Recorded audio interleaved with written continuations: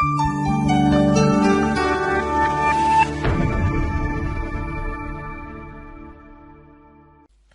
this is Charlie giving you Thursday's video. Should have been recorded yesterday, but just ran out of time yesterday to get it done. And so you know that I've been in these some of these bigger a bigger swing on the euro especially, and so I just wanted to run you through that because I cashed out this week, and on this day when we hit the daily 200, I was pondering it for a bit. Didn't come out right at the highs. Came out around about. Well, I'll show you actually. I'll show you the orders actually. So let's bring it up. So this is where we were at. These all the positions. I'd actually started to hedge, so you can see here. I'd actually put some. Oh, it doesn't show you, but these were sells because you can see at 108.66, closed out at 108.68, obviously for a minus 16. So I'd actually put some hedges in. Because originally I was thinking in the morning I'll just hedge maybe half of the positions up here and then hold on to it.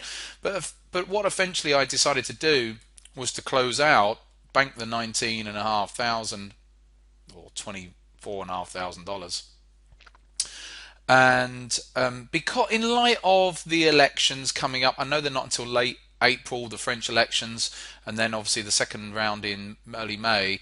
But I just sort of looked at it and thought we're up against decent, good, solid resistance here. It's probably the right time. So you can see all the entries there, and so like I said, I was starting to hedge, and then decided actually no, I'm going to close out. So you can see that I closed out, just clicked them all, and closed out down there. So that was nice.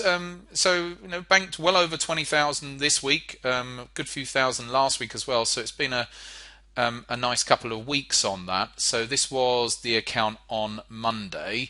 There's a couple of other trades at dollar yen loss, as you can see, that I'd had there on Monday, and I was in a long on the Aussie dollar, which lost as well. But you have winners and losing trades as always. And so, what do I do now? That's the main thing, because this is the challenge account, and basically I'm waiting on the challenge account to be able to start this next challenge, this 50k challenge. And so I'm waiting for that. And I say I'm waiting for that.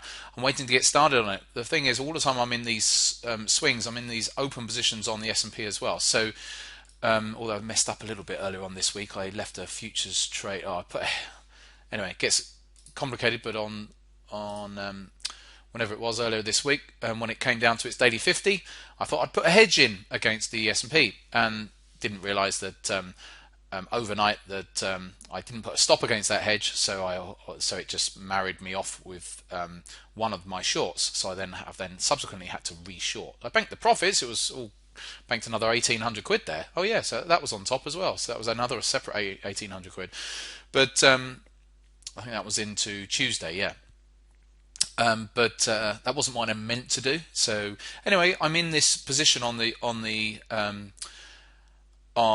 S&P now, so I'm waiting for that position to complete, and once that's completed I can then start the 50,000 challenge. But in the meantime, Kim is going to be starting a £2,000 challenge, because we've looked at this and we've said, well, it's all very well, I did the 10k to 100k, well, I finished it last year, and so the next step was to do a higher level, which I'm doing. But the average spread better has between like £1,000 and £3,000 in their trading account. So me doing a 50k to 500k is all very well, and it sounds good and all of that. It gets the headlines, but the nitty gritty is there's a lot of people out there who are trading with smaller accounts, and so Kim's going to do a smaller account challenge, so to speak. I think he's leaving it open-ended. I'm not going to give you any more information on it than that. He's not saying, oh, I'm going to turn 2 into 10 or anything like that. He's just going to trade on it for a period, so you can see the sorts of things that you can do and how you can trade even on a small account. So he's going to be kicking that off in the next couple of weeks, but you'll be hearing about that in due course anyway. So that's where I'm up to. That's once this account is flat and out of swings, then I can then strip the profits out, because this is the original challenge account. I need to then strip it back down to 50,000, and then I can get started on that. So hopefully it's in the next in the next month or two. But as Kim's about to start his one, I think I'll probably delay this 50k challenge anyway. But look forward to doing that. Outside of that, the market's quite interesting. Obviously, very interesting. Some of these moves that we've had. Euros sold off, so looking at it now, it was the right thing to do. On Monday, I was deliberating, had I done the right thing, but I think I had. Don't get me wrong, the euro dollar, I think it's probably still got some more downside to go. I think the general thing is that we could end up seeing some general chop as we near towards those French elections. They're only 4 weeks or so away, and very quickly we'll be getting towards those. So we could just be in retracement and chop mode for a while on the euro dollar. We'll see, but that's how I'm sort of anticipating things to go. So no great expectations there. If I'm wrong and the euro takes off or flies down, then I'm wrong and I miss out. But for the time being, I don't want to be in any bigger positions on the euro dollar. I'll trade it with smaller positions, but not bigger. When I say bigger positions, I mean positions that to hold through the elections. I would hold through the election, but only if it was a small position.